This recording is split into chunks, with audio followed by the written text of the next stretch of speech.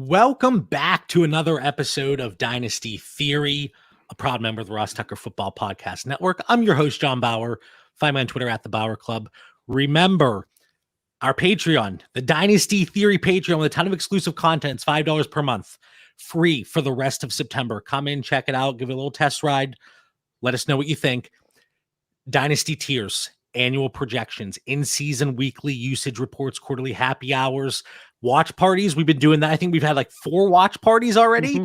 Everybody in there loves it. And we have a ton more. Click the link in the episode description, YouTube, podcast feed. Get more details there. I am joined by none other than the Cowboy. I don't even know. Fanatic isn't even enough. Dan Lamagna. What is going on, Dan? Good times, JB. I'm excited to be here with you gents tonight, man. It's kind of like that time of the week where I do look forward to just our opening thoughts here. And it just kind of flipped the switch to next week. I like processing everything we just sponged from last week. On a personal note, I had like the trifecta there. My high school team, I'll give a little shout out to the Lakeland Chiefs, 3-0, so I was proud of my boys. My University of Georgia Bulldogs, they're top ranked and looking good. And the Cowboys came off an exciting win. But we're here to talk about fantasy football and, redraft. I have 3 contenders and 2 pretenders. Some bounce back this week, but still fighting the fight. Dynasty, I'm feeling pretty good. Still over 500. I have more contenders than I'm confident in. And some teams I just want to blow up, but overall good. And DFS, man, I just need some more Coach McCarthy mojo moments to get me going here. So I'm looking for some mojo tonight. If you're counting on Coach McCarthy for the mojo, Dan, you might be waiting for some time. And to fill the time, we're being joined again tonight by Mitch Sorensen. What's going on, Mitch? And all the dance teams are winning. Like the Utah Utes suck. They're losing to like Mountain West schools, and Detroit Lions are never going to win a game. And so last weekend was horrible for DFS for me. So I'm just ready for week 3. Can we just like skip the next couple days and just, get to real football again? I'd be okay with that. And I don't want to talk about the Steelers, the Pitt Panthers losing to Western Michigan. Holy cow. If anybody, and I doubt it, but if anybody watched that game, it was like slant, and Pitt couldn't stop them. I don't want to talk about Pitt football anymore. It will put me in a depression here. But tonight we do want to talk about a little bit of Dynasty fact or fiction, kind of putting a fun spin on some of the narratives we've been seeing, but also just how things have changed so quickly over 2 weeks. And we always talk about it. Dynasty is such a long-term game. But what happened last week, what happened yesterday, what's going to happen tomorrow? I always joke, if a player has a really great bowel movement, they're going to rise in rankings. And it's the dumb stuff that we see and we talk about, but it really is the short-term outcomes really play such a pivotal role and impact on these players. And the first player I want to talk about, so what we're going to do, I'm going to throw a statement out to you guys, and we can start anyway. Dan, let's start with you on the first one. I want you to let me know if it's fact or fiction, and no hedging your bets. Tonight, September 21st, 2021, I want you to plant your flag on every single situation we go through tonight. All right, you guys ready? I'm feeling confident tonight, JB. No hedging. No hedging. Like this. No hedging. Put the Clippers away. Don't worry about the hedges tonight. We're going full force. Pick a side. Dan, I'm starting with you. Clyde Edwards-Helaire is a top 18 Dynasty running back today for you. First flag plan of the night, man. No hedging. That is fiction, JB. I am not sure he was top 18 before the season. All right. He was in the top 18 range in my rankings, but he has not helped himself in the first 2 weeks in this pass-happy Chiefs offense. So, you have a player that was kind of on the cusp for me going in, despite an improved O-line. It's just not happening. Fiction here. How about our boy Mitch? I completely agree. It's fiction. I had him probably about top 15 to start the year, but now, and I think every week we move forward for here, and if he just has average weeks, I'm going to drop him below Akers. I'm going to drop him below Dobbins. I'm going to drop below ETN because I could tell myself a story about those guys. Like, I think we just know who CEH is and who CEH is in this offense. And it's not someone that I want on my teams at all. I mean, I was trading him away for Josh Jacobs today. And I do not like Josh Jacobs, but at least I know I'm going to get points with him. Did you get that trade done? I did. Yep. with Darnell Mooney included? So for everyone knows, it was a 12-team league. I got Darnell Mooney and Josh Jacobs for Sterling Shepard and Clyde Edwards-Helaire. And I think that's a win. And again, just like you talked about, I'm not a Josh Jacobs supporter by any means. But you look at Clyde Edwards-Helaire, and I've talked about it with the Patreon. Every week I'm putting together weekly usage from dropbacks, pass attempts, routes run, routes per dropback, week over week percentage changes if they're in the slot, out wide, in line, receiving yards per dropback, yards per route run, average depth of target, rushing market share, week over week target share. I'm rattling through the spreadsheet, and you guys know I start talking about numbers, I get all excited inside. I get that warm, fuzzy feeling inside the 5 carries, between the 6 and 10, between the 11 and 20, targets inside the 20. So talking about that and looking at the usage 2 weeks in, Clyde Edwards-Helaire, week 1, he was okay in terms of usage. Ran a route on 68% of the dropbacks, 13% target share. And if you're talking about a 13% target share for most running backs, we are ecstatic. You go to week 2, down to 50% usage in terms of routes run, 0% target share. And it wasn't because he wasn't open. There were situations where it felt like Patrick Mahomes was staring right at him, saw it was Clyde, and said, I'm going to go a different direction here. And one thing I've talked about is the usage inside the 5 for running backs. And I think that's critical. And it's one reason we all still love Jonathan Taylor. Derrick Henry still getting the job done. Aaron Jones, we just saw it last night on Monday Night Football. 2 carries inside the 20 so far in 2 weeks for Clyde Edwards-Helaire. Neither of them inside the 5. And he doesn't have a red zone target. That is not instilling confidence in me. So this is going to be a clean sweep. And I was a little bit lower on Clyde Edwards-Helaire coming into the season. But how many times did you guys hear, let's give him the benefit of the doubt? The offensive line, there were some opt-outs, there were some injuries, there were things that needed to work itself out. And hey, he was so unlucky. Regression, the touchdowns, the number of rushes he had inside the 5, he's going to bounce back. But what happens if he doesn't get those rushes inside the 5? What happens then? And that's what we're seeing. That's what we're living. That's playing out. So, top 18, all of us say no. But I want to throw you guys through a quick rapid fire. Dan, I want to go through you for the entire list here, and then we'll bounce over to Mitch. Clyde Edwards-Helaire today, straight up, you look to make a move and you look to pivot and you wanted to get something added maybe, but it didn't work out. So straight up, these are your options. Clyde Edwards-Helaire or Austin Eckler? Eckler. Joe Mixon. Mixon. J.K. Dobbins. Dobbins, because if I'm not a contender, I mean, if I don't need points right now, Dobbins. That was one of the ones where it's that gray area. Miles Sanders. You shouldn't even think about this. The usage has been fantastic for Miles. I'm a Cowboys fan. That one stung, but I'll go Miles. David Montgomery. Monty. Josh Jacobs. Jacobs. And I love that Mitch made that trade. Just really quick on Jacobs. I know it's rapid fire, but he was a guy that I was really down on with the Raiders. But what a shift in the Las Vegas Raiders. I really doubted what that O-line could do. And I'm drinking some Kool-Aid here after 2 weeks, man. So good trade, Mitch. I'm going back to complimenting Mitch. Thank you. Kareem Hunt. I'll still go with Helaire. And then this is where it gets a little tricky because the injuries, and we have the injury for J.K. Dobbins, but it's a little more unclear for these two guys. Cam Akers. Same premises as Dobbins. I'd go with Akers. Travis Etienne. Same thing. ETM. All right. So the only guy, the only one who was really the last one on my list here, Kareem Hunt. You're still taking Clyde Edwards-Helaire, and I am on board with that, just for the record. All right, Mitch. Eckler. Mixon. Dobbins. CEH right now, but it's going to be Dobbins soon. There was a trade I recently made, and I think it was post week 1. Again, that usage looked somewhat intriguing, and I was okay with the way he was thrown out there in week 1. And it was a trade involving me sending Dobbins away and getting CEH. And might have to revisit my thoughts on that one overall. Javonte Williams. Oh, Javonte. Yep. Miles Sanders. Sanders. David Montgomery. Montgomery. Josh Jacobs. Jacobs. Akers, It's going to take CEH right now. ETN, Same. CH. and then Kareem Hunt. CH. Yeah. So And what are your...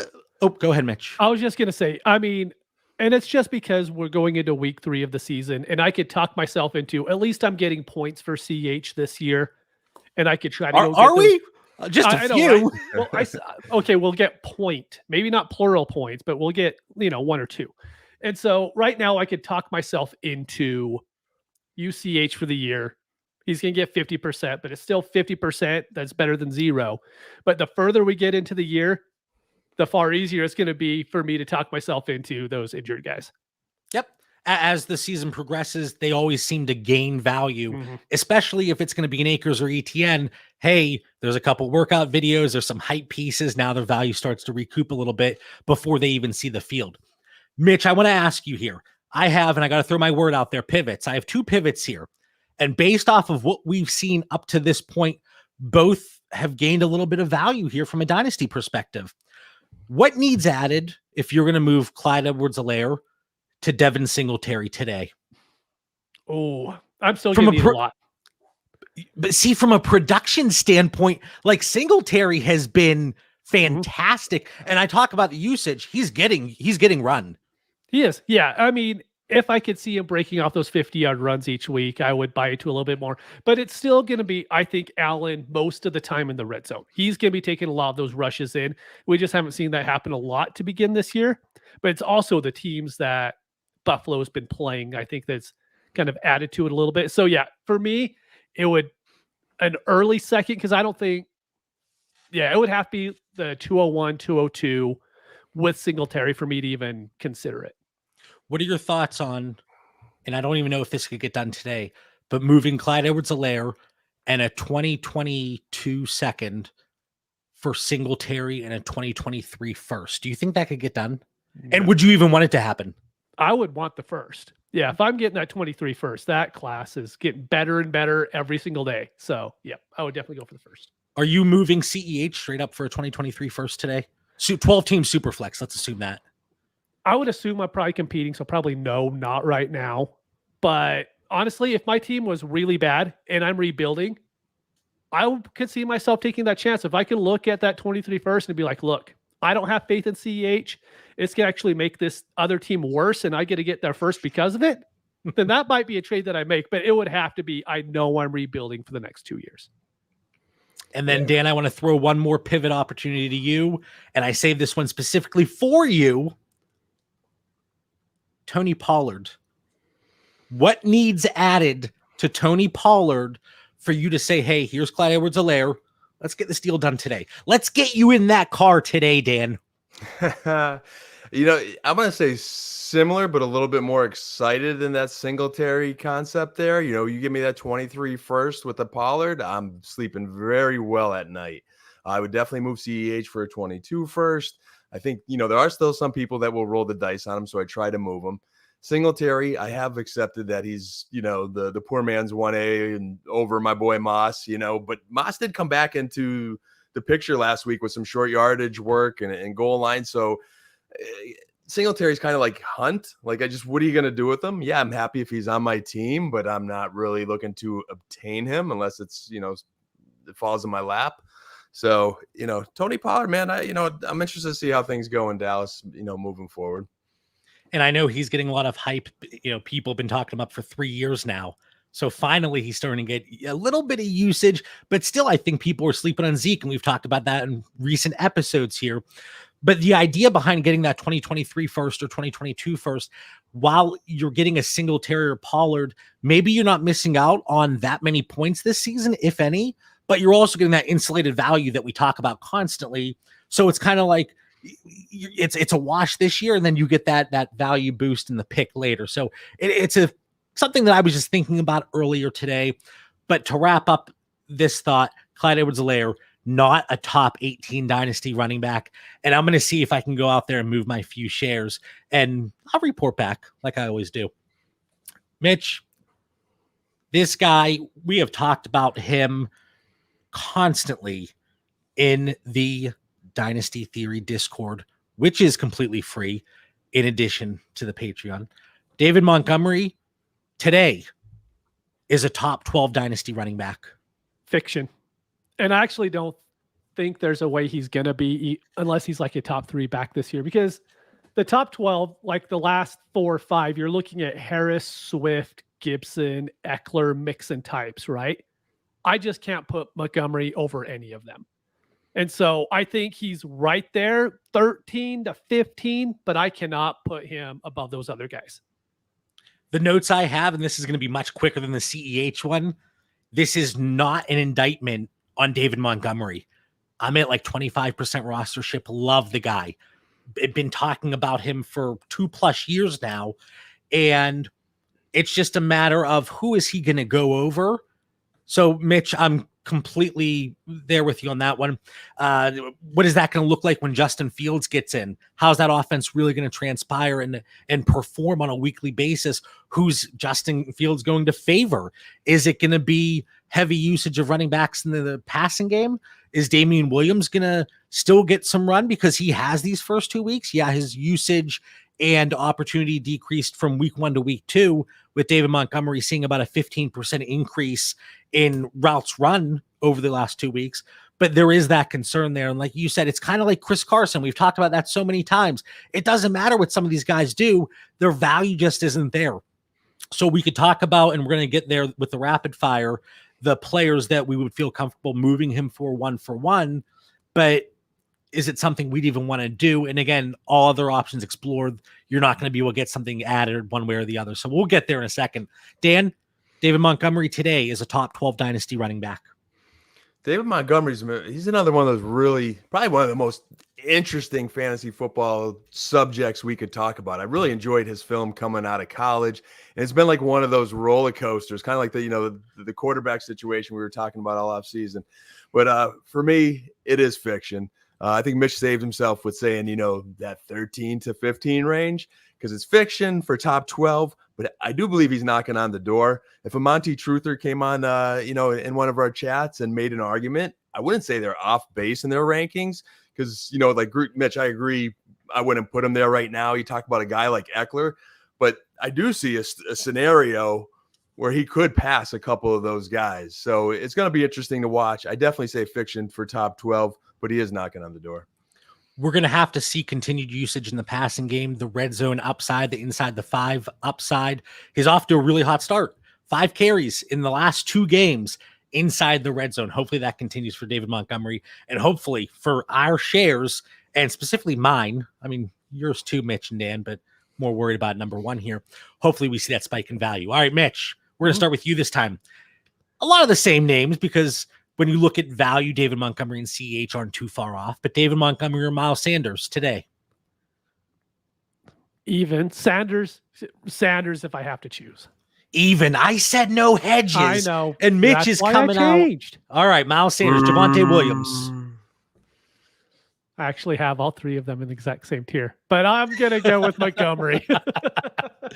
J.K. Dobbins. Oh, Montgomery. Mixon.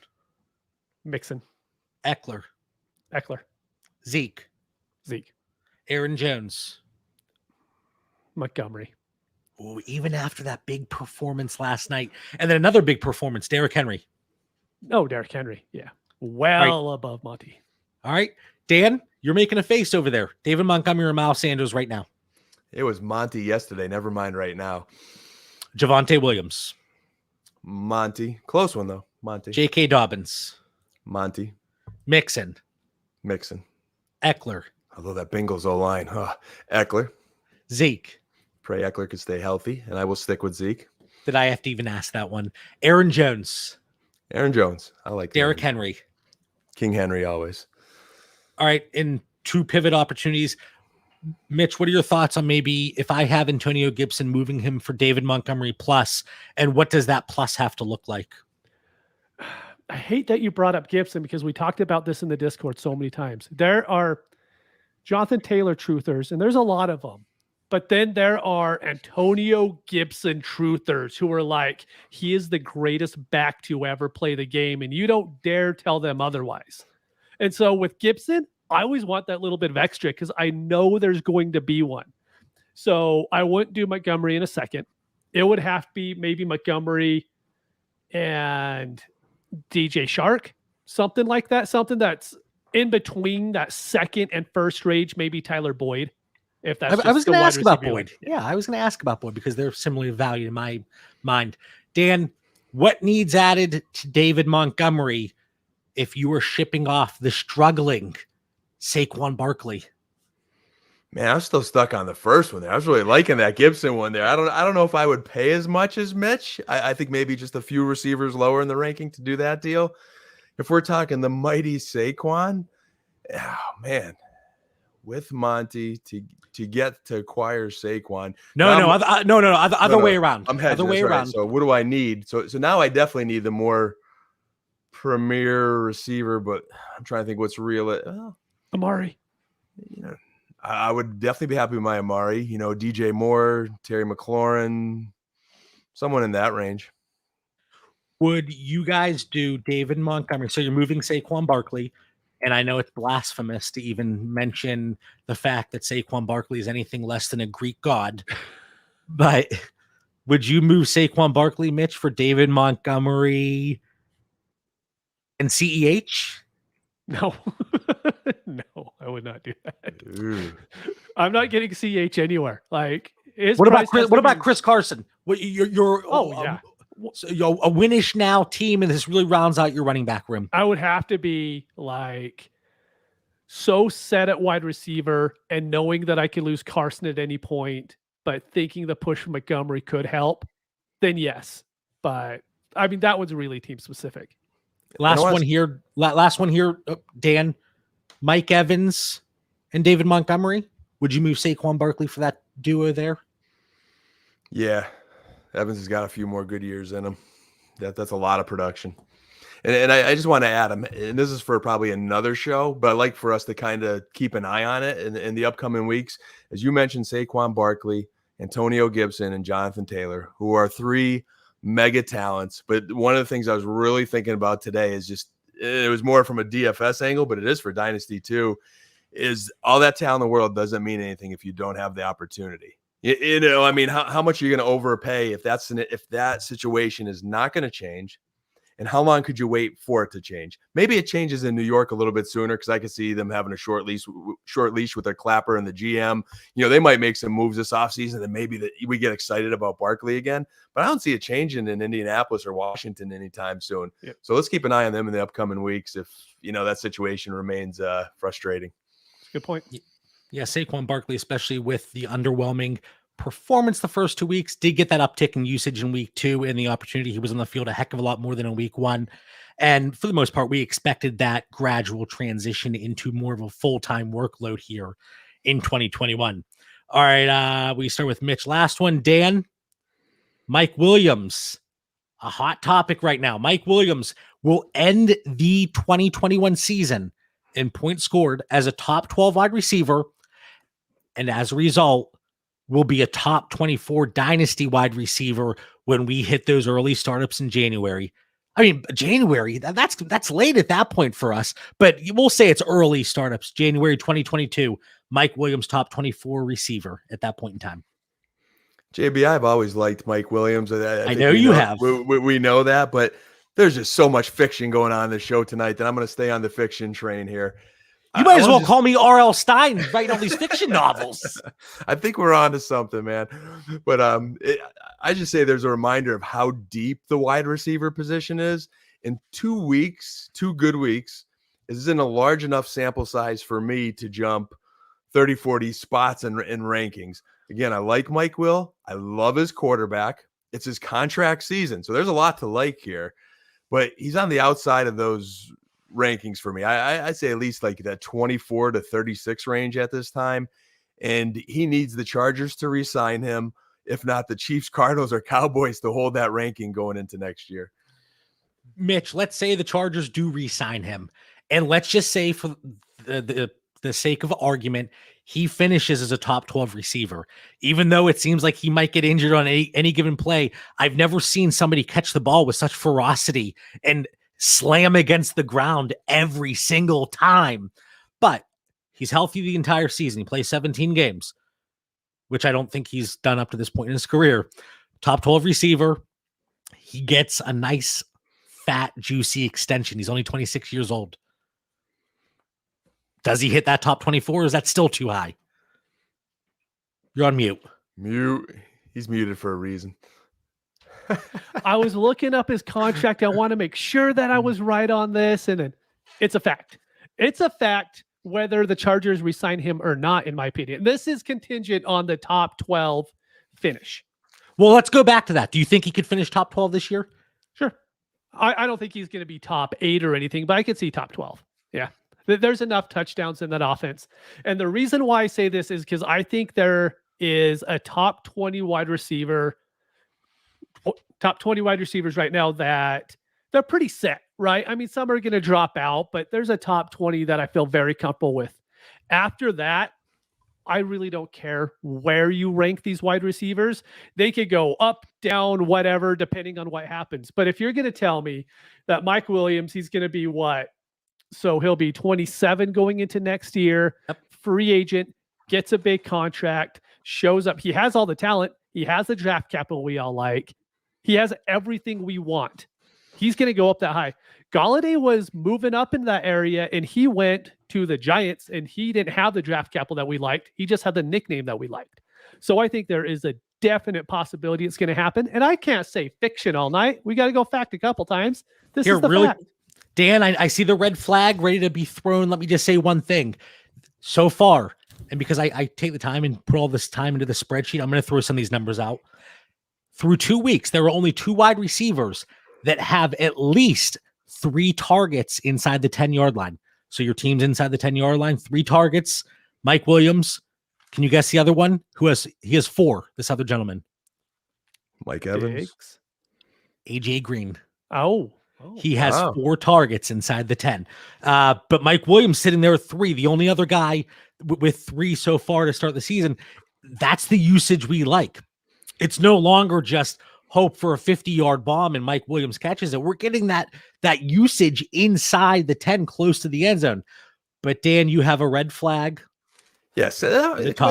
This is the flag has been tossed. This is a 2-week sample size here. Mitch Sorensen has not had Mike Williams anywhere near those top rankings, definitely before this season, not even after week 1. And now we're going week 2. And this is what no. But that is his top 24 in January. Not right now. He's not going to end the season top 12, and he's not going to be a top 24 next year. More likely than not. And that is what I'm challenging. And Mitch said it's fact that it's going to happen where he's going to finish top 12 this year. Mind you, week 1, it was against Washington. Their defense has not been what it's been cracked up to be. So weak matchup there. Keenan Allen played in the slot versus Kendall Fuller, their best corner. So the matchup was better for Mike Will in week 1. Week 2 versus Dallas, Coach Quinn won that game for the Cowboys versus the Chargers by putting Parsons down to DN with a great pass rush, putting their best corner Diggs on Keenan Allen, and who still had 100 yards. But so Mike was going to eat versus the other Dallas secondary guys. You know what I'm saying? And then you still have health a question. He's not 22, 23, 24 years old. There's just too many things there with the 2-week sample size for Mitch Sorensen to be that factual tonight, JB. So would you be looking to cash out? Let's say week 3 against the Chiefs, we have a real barn burner, even though we expected a barn burner in week 2 against Dallas. And it was a little underwhelming. I'm sure it crushed you in DFS, Dan, not to bring up bad memories. But in week 3, let's say we have a shootout. Mike Williams comes up big. Are you looking to ship him off? Because I have to believe, Dan, that you still have shares on your rosters. There are some shares, and come get some, okay? Remember that when you come get my Mike Williams shares, that Mitch Sorensen said it's a fact that he's going to be a top 12 wide receiver this year, so you better pay up. Yeah, give me those points. That offense isn't going to slow down. That's the thing is like this. Oh. They still get to play the Chiefs. They're going to play the Raiders. And, I mean, the Broncos are probably like their hardest matchup they're going to have this whole year. But even then, they have to cover Keenan, like you said. Williams is going to be more than fine. And the big thing is wide receivers move up and down constantly in our rankings. I mean, we have to be able to say like Mike Thomas can be the wide receiver 1, and now he could be the wide receiver 25 4 months later. I'm making a note right now. Look for offers to Mitch for Mike Will. Got it. Please do. And you know, one thing that's really interesting, it's the way Mike Williams has been utilized. First 2 weeks, 9.7 average depth of target. and 10 yards for average depth of target.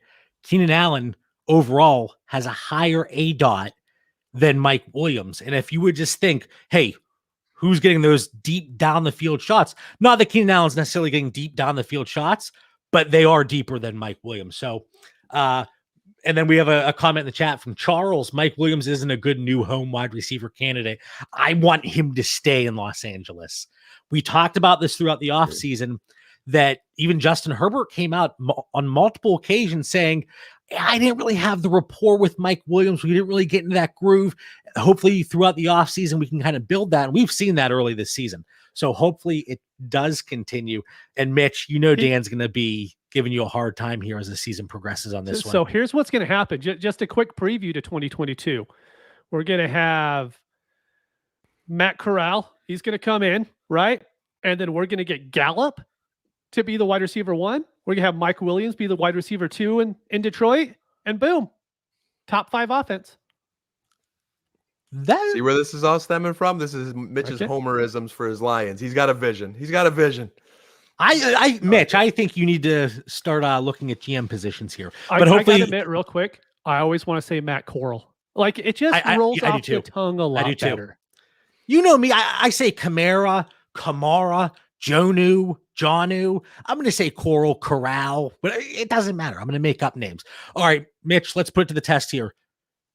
Mike Williams or Julio Jones today in Dynasty? Oh, Mike Williams. Mike Williams or Corey Davis? Mike Williams. Adam Thielen. Adam Thielen. You love Adam Thielen. Tyler Boyd. All he does is score touchdowns. Mike Williams. Terrace Marshall. Mike Williams. Rashad Bateman. Mike Williams. Rondale Moore. Chase Claypool. Mike Williams.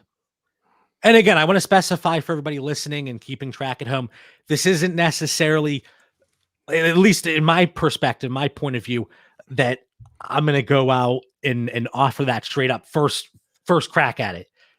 If I have Chase Claypool, I'm still going to try to get something at it. Right, Dan is so upset right now. I want to challenge your list there. That wasn't even like top 12, top 24 receivers overall. I mean, a couple were in there, but I was hoping for a little harder list for Mitch. Dan. Give Mitch a layup. No, nobody is saying he is top 24 today, unless my calendar next year per Mitch. Mitch, there's the pop. Every episode, top 12 Dan. This year. Every episode, Dan, your microphone pops at least once. No, but unless my calendar is busted here, it's September. It's not January. So why would I put him up? Do you want Mike Williams or DeAndre Hopkins? Let's not Hopkins, but I mean, you could have went Robert Woods, Tyler Lockett, DJ Chark. I'm saying guys ranked a little bit higher to put Mitch on the spot for where he is saying he factually is. I don't think anybody is taking DJ Chark over Rondale Moore, Chase Claypool, hell, even Corey Davis at this point in time.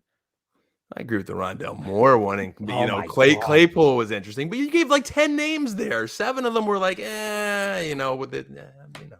So today I have Mike Williams in that 38 to 40 tier, and I think that is fair.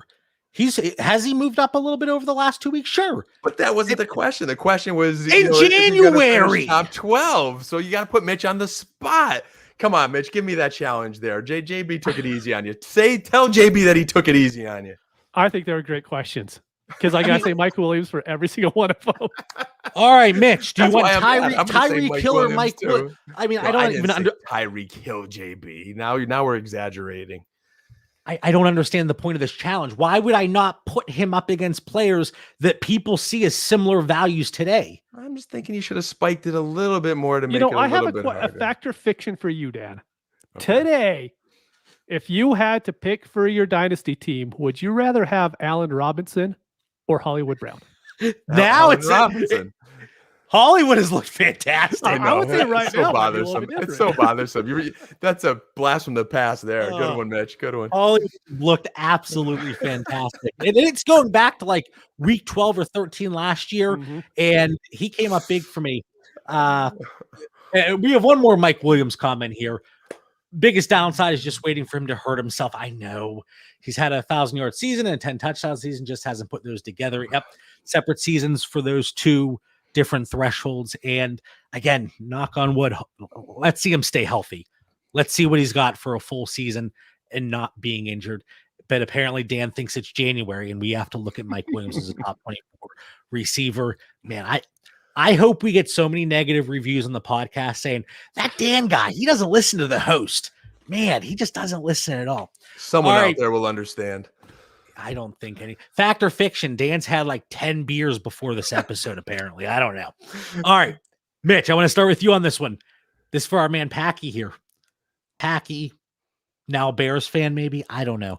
Darnell Mooney will outproduce in 2021, from a fantasy perspective, Chase Claypool and pass him in dynasty value. Fiction. That's why I had to go fact with the last one. This one's fiction too. To both or one? I mean, I think their fantasy points are going to be close, so sure, he could beat him, but I don't think he's going to beat out Claypool. A big reason for it is I don't think Allen Robinson is going to end up leaving now. I think with Fields there, he's going to end up re-signing. So that means Mooney's going to be the wide receiver too. And you could easily talk yourself into Claypool. We see Juju leaving, and then it's Deontay Johnson, another receiver who is always injured. And then you could make an easy case for Claypool being the one in that offense moving forward next year. So I think that would be, even if they're perfectly aligned, this season going into next year, that's going to be the offseason talk is Claypool can do all of these things that Mooney can't. And I think that's going to end up making Claypool valued a little bit higher. I agree with you. And I think Claypool's going to kind of get the benefit of the doubt with, well, he's a deep ball receiver with Ben Roethlisberger at the tail end of his career, throwing him those deep balls, and offensive line not necessarily giving him as much time as we would like for Claypool to get down there. And if he's going to see 8 targets a game, which I don't think he does, but if he does, that's a tremendous opportunity. And he really just needs Deontay Johnson to miss some time, and Chase Claypool really cements himself there. And the red zone upside, I've talked about it. He was one of the leading receivers in the red zone for usage last year. Does that continue in 2021 with Harris there? Do they rely more on the running game? Do they look to utilize the running back a little bit more? Only time will tell. But so far, Chase Claypool, we really haven't seen that red zone upside to start the season. Dan, do we need to stop drinking this Darnell Mooney Kool-Aid? And is it Chase Claypool over him in Dynasty at the end of the season?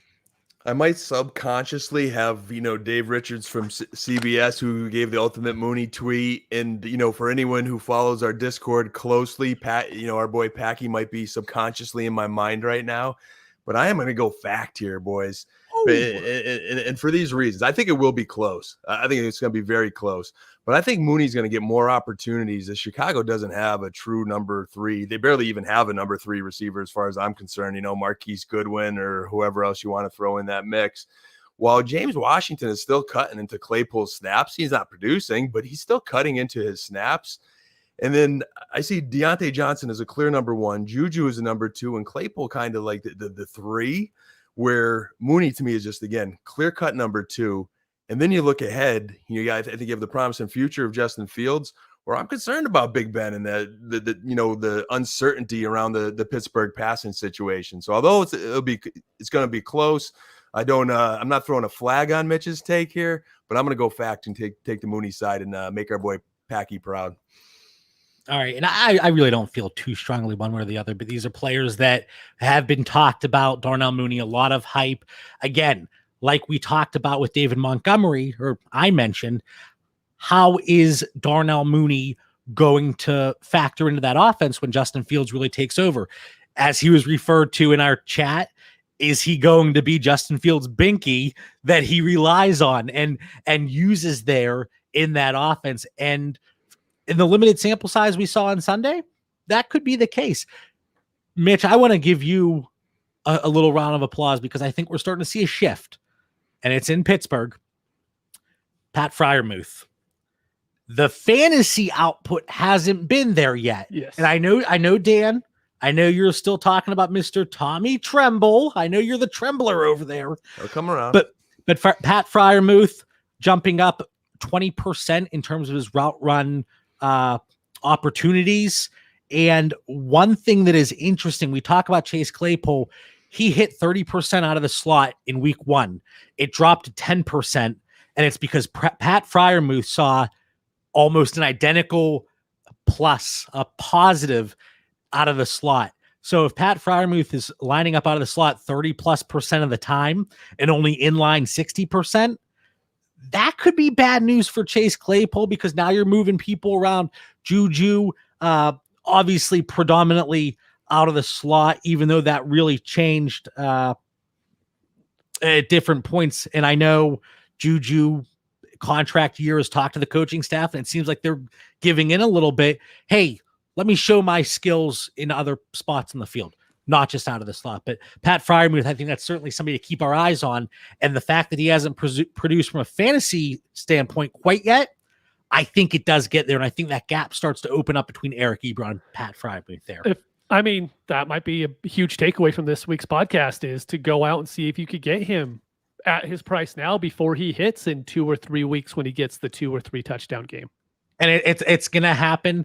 And the opportunity, I think, is going to be there, especially if he is getting the chances in different parts of the field. But they have the Bengals this week. Ooh.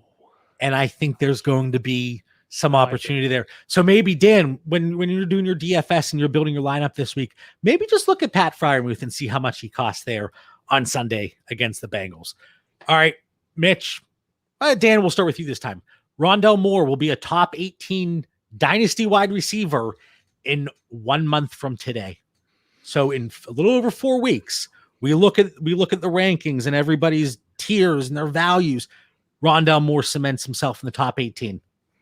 This is a juicy one here, my friend. This is a juicy one, but I'm going back to fiction here. He has been a top rookie, and he looks like he's in a very good situation with Kyler. Definitely, his stock is rising. He's climbing up the rankings. But to me, when you say top 18, that is reserved for clear number one wide receivers. So I have more in the 24 to 36 range, maybe. That I'd sleep well with at night, but not top 18. So fiction, my friend. And I actually think that's the first take I think I can really agree with you on tonight. Mitch, what are your thoughts? I'm going to go with fact. We base most of our top 18 stuff when we're talking in the generalities off of the Dynasty League football. They do their mock drafts each month. And I fully believe in October, when they do it, Rondell Moore will be a top 18 wide receiver when they do those drafts. Do I think he should be? No. Like, he will not be there for me. But he is someone the Dynasty community has loved for years. And he's had 2 great games now. If he has one more semi-productive game, I mean, not even to the point to where he has previously, but and I think they play Jacksonville in week 3. Yeah, I mean, it's coming. How they're using him is brilliant too. Like, exactly how you should use Rondell Moore is how they're using him, which is kind of amazing for that coaching staff doing something like that. But I just think the Dynasty community is going to buy in, and he's going to be a top 18 guy, and he's going to be DJ Moore, right? In that type of class. Average depth of target through 2 weeks, 4 yards. So he is being utilized very close to the line of scrimmage, and he has been fantastic after the catch. That's no surprise. And I think I saw something from PFF. He's at like 14 yards after the catch per reception, which is like 4 yards more than the second closest so far. So he's doing a lot of damage after the catch, and it kind of resembles AJ Brown's playing style to an extent. A lot of the damage being done after the reception, but that average depth of target close to the line of scrimmage. The only thing is, and it's been 2 weeks, so again, this kind of like Mike Williams Sr. here, but AJ Green, 85% and 89% of the snaps. DeAndre Hopkins, he's not going anywhere, 90+% every week. Christian Kirk, 60 and 73%. So Rondell Moore, they have to find ways to manufacture these scoring opportunities for him. And if he's only sitting at about 60% of routes run on a weekly basis, I hate to say that efficiency can't keep up, because time and time again, we've seen guys pop up. And I'm going to go back to AJ Brown, over the 2 yards per route run seemingly every season. And Rondell Moore, he's at like 4 as of now, which is absolutely insane. Again, 2 weeks in, small sample size, but it's something to keep our eyes on. And I think you're right, Mitch. A lot of the love for Rondell Moore is building from that Devi community Mhm. and a player that people have loved for three plus years now. And now it's coming to fruition and people were ecstatic. They're very excited. So is Max Williams anybody to keep our eye on here in tight end premium? I don't want him, but if someone wants to, go ahead. He looked like a tackle eligible running the ball. I mean, he was a big boy. I think that's a little flukish. He's out there though. He's run more routes than Rondell Moore in 2 weeks. So is Max Williams a top 18 dynasty wide receiver, even though he's a tight end? I digress. All right, Mitch, this one hits close to home for you. It does. Don't let me down, Mitch. Don't let me down. By season's end, and again, Dan, it's only September 21st, so the season is not ended yet. Keep that in mind. By season's end, George Kittle will fall out of the top 6 dynasty tight ends. He won't be tight end 6. He's going to fall out. So tight end 7 or worse. Absolutely not. I mean, I don't care really what he does for the rest of the year. I don't see it.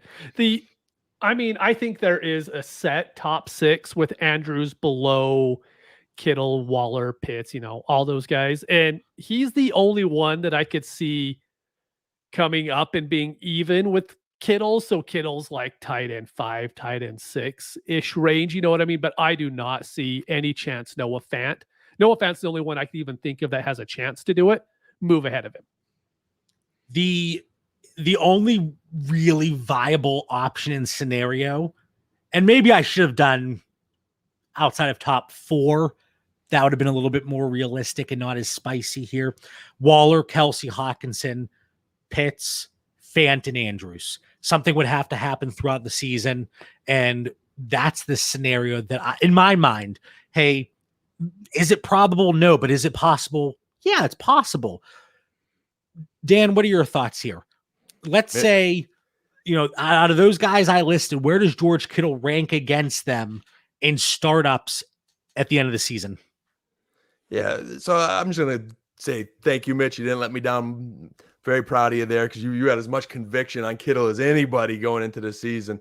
But it is fiction. Trey Lance in a soft schedule will arrive in San Francisco, and there's always a home JB in the top 6 for the best overall tight end in the game. As we see, he's not getting the consistent volume, and maybe will not lock down 1 through 3. Kelsey's still a beast, hasn't lost a step. Darren Waller gets so much volume and is really a receiver playing tight end. And it's encouraging to see how Kyle Pitts is lining up and the work that he's getting. So, I could see an argument where he goes to number 4 and then, people, Andrews and Hawk are stud players, but nothing beyond that. So 4 at worst, but he's always up there, JB. You don't think 5 is realistic? Waller, Kelsey, Hawkinson, Pitts, and I think a lot of people would have them above him right now. I still have Kittle ahead of Hawk. I just think it's been early season scenarios, situations. I'm a Kittle truther. I'm sticking to it. No lower than 4. Would you move Hawkinson if you could for George Kittle? And I think you could even get a second added in tight end premium. Is that something that would interest you, Mitch? Yeah. He's a Lions fan. See, it's getting it. Well, it's hard. Well, Hawkinson's hard because I do have the Lions fandom built into me, but I love Kittle, right? But you asked me like Mark Andrews. You do Mark Andrews and a second or Kittle. I'm going to take Kittle every single time without even thinking about it. And I think there's that opportunity there. And I was putting offers together for my George Kittle, and I was looking to possibly not, test the waters. And 2 PPR for tight ends. Keep that in mind. I offered him for CD Lamb. That was a quick rejection. Again, 2 PPR for tight ends. Najee Harris. That offer is still out there. And then I offered him in a second for Kyle Pitts. It's still open. I expect that to be rejected. Yeah. As soon as it's seen, that's going to be rejected. And I don't have an issue with that necessarily, just because of the volume that we're expecting out of that Atlanta offense and the defensive struggles we've seen. And like Dan said, the way Kyle Pitts has been used out of the slot, out wide, he's not an inline tight end and he doesn't need to be. So certainly a benefit there for Kyle Pitts. Dan, I am so sorry. I got to go back to you on Rondell Moore, and I'm mad at myself for passing up the rapid fire, but Just to Dan, really quick. Rondell Moore or Michael Thomas today? Wow. It's only an hour-long show. Rondell Moore. Rondell Moore, DJ Shark, Dan. Rondell Moore. Gallup. Rondell Moore. Boyd. Rondell Moore. Bateman. Rondell Moore. How many times can we get Dan to say Rondell Moore in a row? Brandon Ayuk. This one depresses me. I'm miserable. I have to take Rondell Moore, I guess. Brandon Cooks. Rondell Moore. Tyler Lockett. Win now, Lockett. All right. Well, we got to check this. T. Higgins. T. Higgins. Okay, good. I just need to make sure we weren't stuck on repeat there. Yeah, Robert you're Woods on and the Chase. Robert Woods and cusp of Chase some of them. Claypool. Are you taking Rondell Moore, Dan, over both of them? Claypool. Who's the other one? Robert Woods. You said? I'd take Rondell Moore. Okay, so Rondell Moore, again, not quite top 18, obviously, with the wide receivers I listed, but creeping up a little bit closer. And Mitch, do you like how Dan, he was okay with the list there for Rondell Moore, but the list I gave you for Mike Williams, he wanted me to throw in Randy Moss, Chris Carter, all, some greats. Jerry Rice. Mike Williams, Jerry Rice. I don't know. That's going to be a battle for the ages. So last thing on George Kittle, Mitch, what are you adding to him to get Darren Waller today? As a lot. I think there is a big difference. I mean, you asked me before the season, I'd say no. I'm okay with either of them. But how Waller is used and how Kelsey is used is just completely different than Kittle. And so I'm willing to add. I actually think it's going to be a player. If I could do Clyde Edwards-Helaire and Kittle for Waller and a lower back. Pollard. Damian Harris. That's something I would do. Damian Harris is good, Mitch. I know. He's very good. He's good on the ground, doesn't get the targets, but that's another conversation. Clyde Edwards-Helaire. Yeah, he doesn't get the targets either. Apparently, week 2, 0% target share. Mitch, would you add what you believe to be a late 2022 first to George Kittle for Travis Kelce? Again, 2 PPR. We're not talking just PPR across the board. Yeah. I think he's that much of a league winner if I'm that into it. Yeah, I would. It's better if you have both of them, which I do on many teams. Well, let's get Kittle out the door for Hawkinson and you're in business, right? All right. On some teams too. Now, remember, David Carr does not play anymore. So to wrap up the show, I want to talk about Derek Carr for just a few minutes. Derek Carr, Mitch and Dan. Derek. All right, Dan. Derek Carr will be seen as the biggest off-season startup value across the quarterback landscape when the season is all said and done. I have a question real quick. Sorry, Dan. Are we talking about in drafts he's going to be the best value, or from a month ago until January we will have seen that he was the best value this whole time? Yeah, like you're in a startup in February 2021, so 7 months ago, and you drafted Derek Carr at quarterback 30 because, hey, we know the Raiders. They're not going to stick with him beyond 2021. They're not going to win. Well, they knocked off 2 decent teams, decent defenses in Baltimore and Pittsburgh to start the season here. If they continue to win, and this always goes back to like Jalen Hurts, can the Eagles win? Can he keep that job beyond 2021? If they win in Vegas, Derek Carr, that's his job to lose. So with that being said, I think it's a fact. I think we need to stop casting doubt on Mr. Carr. I think Goff's had a softer schedule there, early on. Although I got to give your Lions credit, Mitch. They've been playing competitive football, and they weren't expected to. And I think it's the same thing with the Raiders. But I can think back to so many Dynasty Theory episodes where we covered the Raiders and probably talked to nauseum about the Raiders and always talk about him as a sleeper. Always ends up coming around to, boy, he had a decent year after all. Well, here he is again, and I'm I'm starting to question some of what I thought was dysfunction in Vegas. And then maybe Gruden's getting this trajectory in the way they need to. And they saved a lot of money on that O-line, and they're evaluating some talent that's kind of working out for them right now. So, I have some lineups where I wish I knew how this kind of would go, because it would have been gifted him in startups. And I'm, having some early Tua regret, as I was aggressive in obtaining him this season. And you look back, and Carr was such a bargain. So I'm going to say fact. The only thing, there's a comment here from who I didn't even know it was Corduroy Charles over there. Goff would like a word. The only thing with that is, and Mitch, you can talk to this a little bit more, being obviously a Lions fan.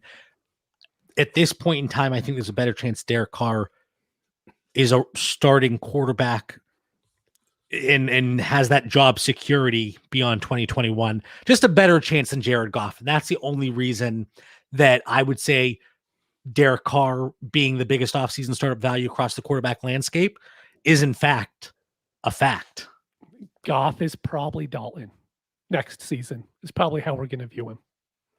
So just that bridge quarterback, and maybe that's just wishful thinking on Mitch's part.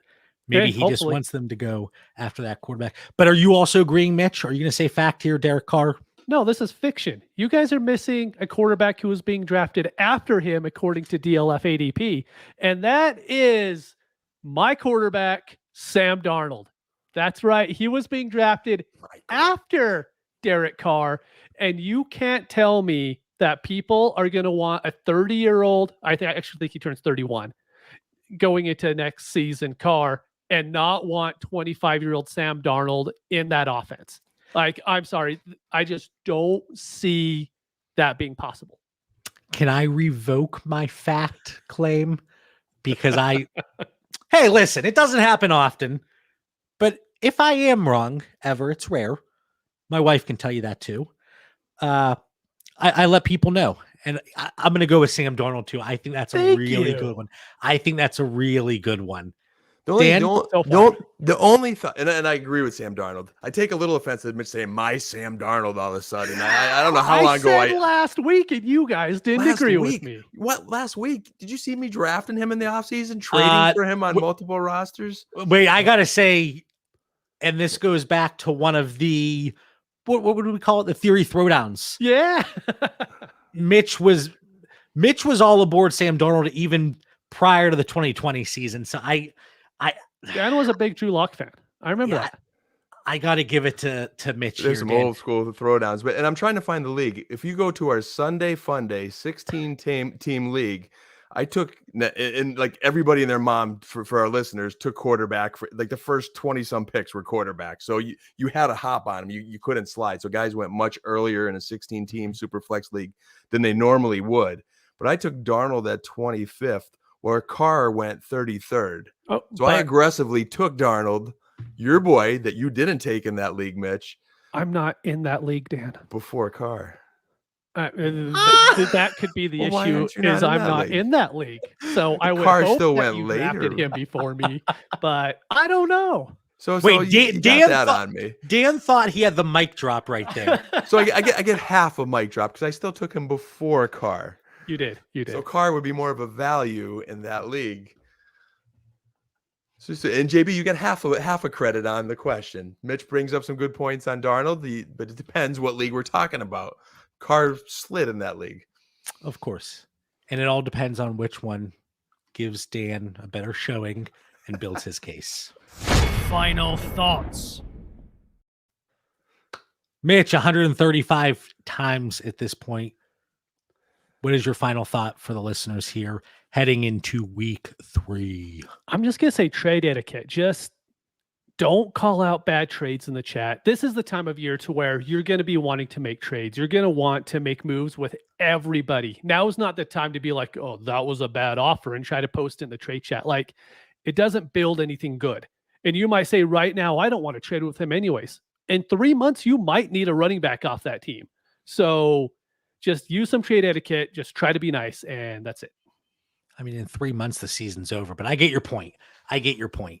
I always say you have a finite number of potential trade partners. Why do you want to burn that bridge? Yeah, it's also a good thing to be nice to everybody in the league, But from a strategic standpoint, we don't want to burn those bridges. So I completely agree.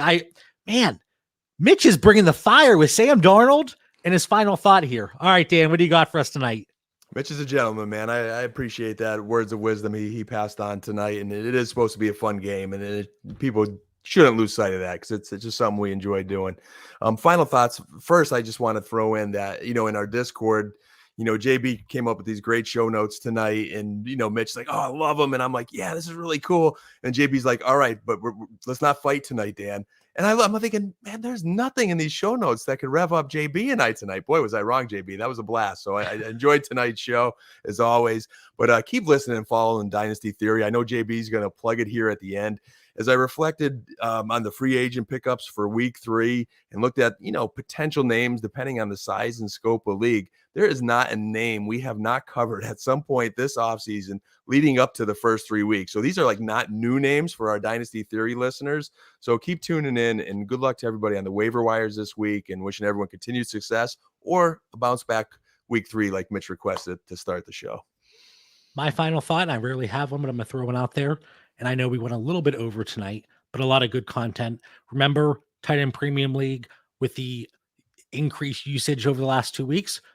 Take a look at Pat Fryermuth, do a little pulse check there, a little heat check. How much is it going to cost to acquire? Maybe that's something you want to pursue. And for my contenders, so the offseason, I'm always talking about depth, trading back in startups, really accumulating those players, and then going hard on the waiver wire. Tyson Williams, Tony Jones, that really haven't seen the value spike that we could potentially see, barring an Alvin Kamara injury. Don't even want to say it out loud, but having those pieces now on my roster, now I'm starting to see how the teams are shaping up and consolidating some assets for higher price players, if at all possible, especially if there's a team that has a hole because of an injury, or now they're 0-2 and people all the time. Mitch, you've seen it. Dan, you've seen it. Hey, I got to blow this team up.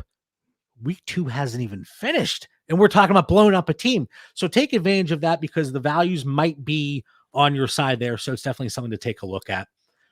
We want to thank everybody, even Packy and Corduroy in the chat here, for tuning in. Make sure you follow the show. Make sure you also check out the Patreon, where we're putting out fantastic additional content on a daily basis.